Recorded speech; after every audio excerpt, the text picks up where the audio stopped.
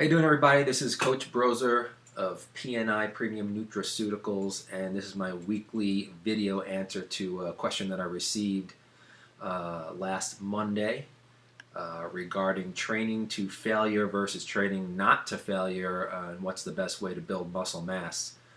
This is something that's been debated quite a bit, not only by scientists in the lab and bodybuilders and athletes in the gym alike, but and it's an interesting question, and I think that in my 20 plus years of training myself and training clients of all types and all endeavors, athletes, bodybuilders, all levels, from teenager up to professional and even elder individuals, I've discovered what I feel to be the best way to train, and for most people. Now, I don't want to make a blanket generalization for everybody in the world because there are certain individuals that respond completely differently than the majority of individuals, and I've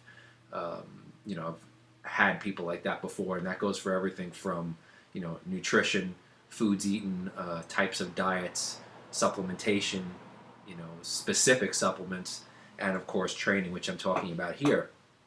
However, for the majority of individuals, I think that this is the best way to break it down. If you're a complete beginner and you're just starting in the gym, any type of new stimulation is going to build muscle and help you gain strength. So I don't feel that it's necessary to train to failure as a beginner. For the first 4 to 6 months of training, I think what your goal should be is to lift heavier weights in the basic movements each week. Try to train hard, not train to complete failure where you're completely exhausted, even though you may be tempted to. I think progression week to week in the basic exercises should be your main goal, and attempting to get more reps with the same weight, or trying to lift heavier weights week to week in movements such as bench presses, squats, deadlifts, leg presses, upright rows, military presses, and those types of compound movements. Once you reach the intermediate stage, which arguably could be depending on your level of dedication, 6 months, a year, I believe that you can start to incorporate some failure training into your routine. I don't think you need to go to failure on every set, but 1 to 2, maybe even 3 sets per body part per workout.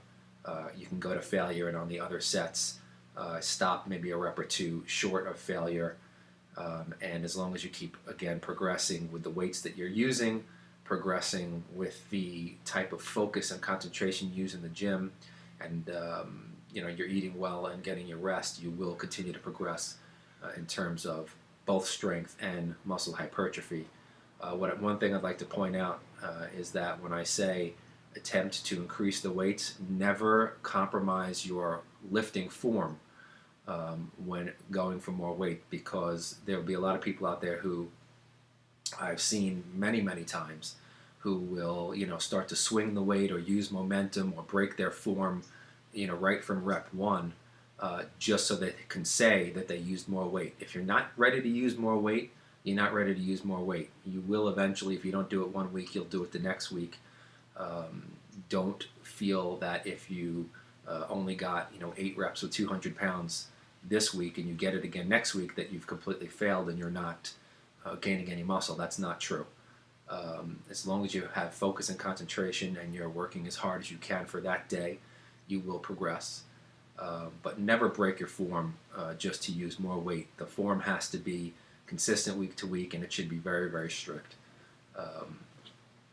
which is a little bit different for everybody, but it should be basically very, very good form and only working the target muscle and not using momentum and using all kinds of muscle groups, the lower back and the shoulders, to work your biceps, for instance. Now moving on to the more advanced athlete who's been training for a few years, this is where I believe failure training becomes essential. I think that you have to challenge the body, you have to challenge the muscles, the nervous system, and I think this is what sets the entire growth process into motion in terms of getting to all the muscle fibers that you need to in order to stimulate growth, also stimulating the endocrine system, getting the hormones that are associated with growth, moving around the body and produced. I believe you have to force these things to be stimulated, and I think failure training is the way to go. Now, I am not a big believer in, and I'm speaking more about natural people who are not using any type of anabolic steroids or growth hormones. For those guys, this doesn't necessarily hold true because their body is a little bit more supercharged. But for the people who are not using drugs of any kind, they're just using supplements and food, I believe that training to failure is essential, but keeping the volume low is also essential. No 15 to 20 sets for chest or back or legs. I believe that keeping the sets around 8 to 10 for the large muscle groups and maybe 5 to 8 for the smaller muscle groups, training every set to failure is what's essential. Once you've stimulated the muscle to grow with failure training, any more training is just going to basically compromise your recovery. And as we all know, or should know, we do not grow when we're in the gym. We grow when we're resting. We grow when we're eating. We grow when we're sleeping. The gym is only what stimulates the growth process. So there's going to continue to be a lot of debate. I've had this debate many times with other bodybuilders and other coaches, but I'm firmly convinced, even though that there's studies on both sides in the lab that show, training to failure is better, that show not training to failure is better. In my experience in the trenches, and like I said, I'm not just talking about myself, and I have naturally added well over 100 pounds of muscle to my frame training with the methods that I'm speaking about. But I'm talking about hundreds of case studies, my own experimentation, using the gym as my lab, using myself as the scientist. The results I have seen from failure training in the more advanced athlete has been unquestionably the most effective, and this goes for just basically almost every age group and every type of athlete, male and female. I'm not saying that it's the exact same program for everyone. Like I said, everyone's a little bit different. Everybody's recovery is a little bit different.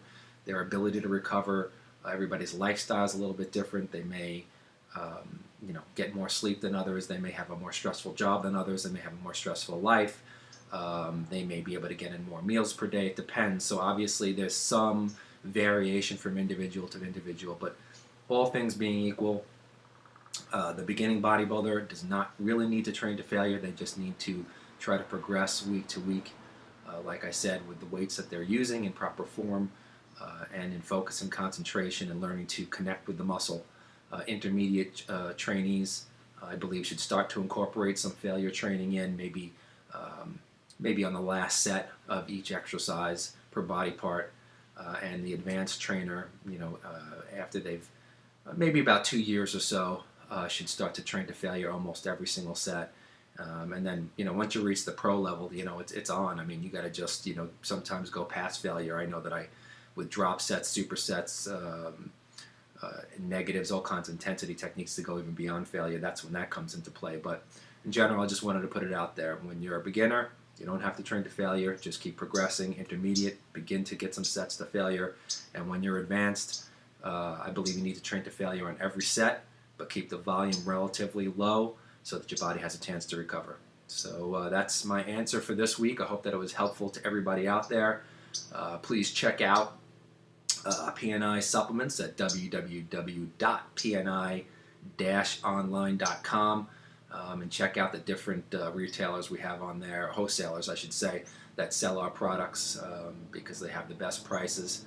And give our products a try because they are the best out there and they will serve you well. So I will see you guys next time, and keep those questions coming. Really enjoy answering your questions and helping you guys out. Thanks a lot. No one can stand you, and there's no